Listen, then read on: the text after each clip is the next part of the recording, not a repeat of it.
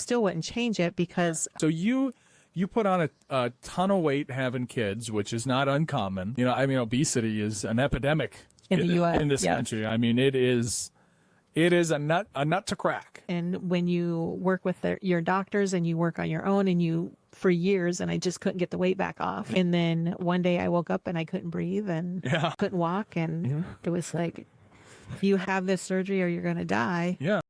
But, you know, with all the problems that I'm having now with my health, I still wouldn't change it because I wake up every day. You know, I get to see my kids every day. I get to talk to my friends every day. Do I have health issues still? Absolutely, I do. I will for the rest of my life because of that surgery. But if I didn't, I wouldn't be. In any case, so the allopathic system, in one sense, they saved your life. They gave you that gastric bypass. But in another sense, they were like, oh, this will be fine. And then it wasn't. And so that was a huge crisis for you. As you're losing weight, you're also developing health issues. You're saying, well, gosh, I'm going to go back to these guys who told me one thing and delivered another, or I'm going to figure it out on my own. Yep. And I figured it out on my own. I'm not, you know, all this other stuff that's going on. So, but I take that information and I'm able to doctor myself. I take that information. I'm not on any prescriptions.